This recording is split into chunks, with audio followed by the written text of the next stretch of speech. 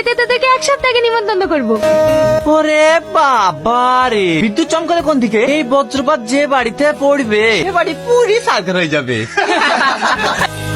এই তুই আমাকে হিট মেরে কথা বললি কেন? তোকে কেন হিট মেরে কথা বলতে যাবো? বিদ্যুৎ চমকাছিল তাই ভয় ভয় বলেছি। দেখ বেশি উল্টো পাল্টা কথা বলবি না, তো হিট মারা কথা সবই আমি বুঝি। কি হয়েছে সালমা? স্যার দেখুন না, এই লোফারটা আমার সঙ্গে ঝামেলা করছে। এই আমাকে লোফার বলবি না, তোর সঙ্গে আমি কোনো লোফারগিরি করিনি। তোমরা চুপ করো তো। তোমাদের দুজনের মধ্যে এত ঝামেলা হয় কেন? তোমরা কলেজে এসে আর সবার মতো ফ্রেন্ড হয়ে থাকতে পারো না? কি বললেন? এর মতো ছেলেকে আমি ফ্রেন্ড বানাবো? ইম্পসিবল। আর তুই কি করে ভাবলি তোকে আমি ফ্রেন্ড বানাবো? তোর মতন ফ্রেন্ড না আমার পায়ের নিচে 100টা গড়ে বেড়ায়। এই তুই কি বললি? আরে ও কিচ্ছু বলেনি। ক্লাসে টাইম হয়ে যাচ্ছে, চলো।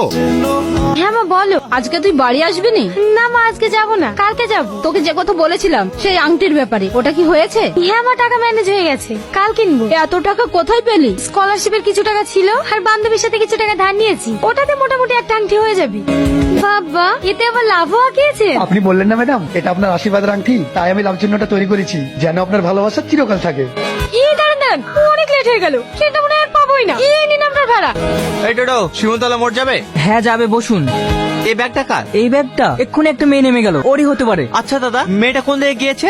আপনি ওকে পাবেন না, ট্রেন ধরার জন্য তাড়াতাড়ি চলে গেছে। আচ্ছা ব্যাগটা আপনার কাছে রেখে দেন, আপনি পুলিশ স্টেশনে জমা দিয়ে দেবেন। ওইসব চক্করে আমি পড়তে চাইনি, তুমি যখন ব্যাগটা পেয়েছো তুমিই দিত। আমাদের তো সব ঠিকঠাক হয়েই আছে, শুধু বিয়ের ডেটটা করবো। আপনাদের কোনো আপত্তি নাই তো? না না, আমার কোনো আপত্তি নেই। আমার আপত্তি আছে।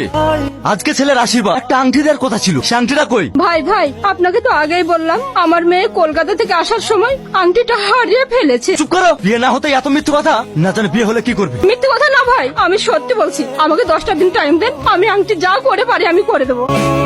তুমি কি ভাবছো তোমার ওই আংটি নেওয়ার জন্য আমি বসে আছি? তোমার ওই আংটিও নেবো না, আমার ছেলের এখানে বিয়েও দেবো না। এই বাবু চল। ভাই আপনারা যাবেন না, দাঁড়ান, আমি মিথ্যে কথা বলছি না ভাই, দাঁড়ান ভাই।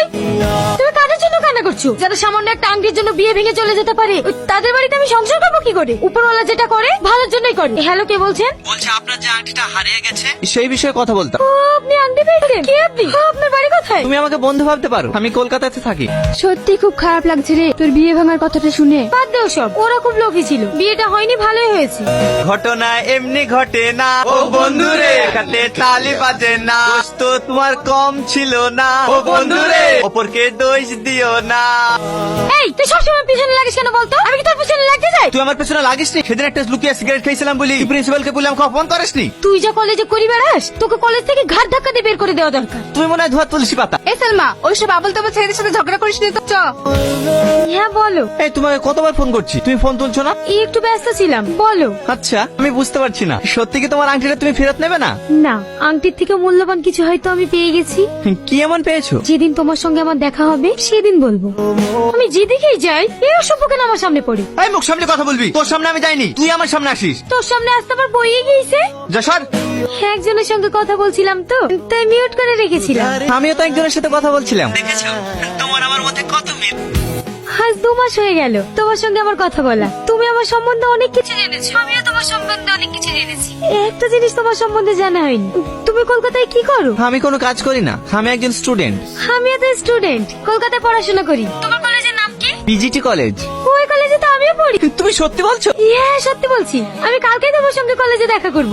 আমরা দুজন দুজনকে কখনোই দেখিনি। কিন্তু আমি তোমাকে চিনবো কি করে? ঠিক আছে কাল 10টায় কলেজের ছাদের উপরে আমি থাকবো, তোমার সাথে আমার ওখানে দেখা হবে।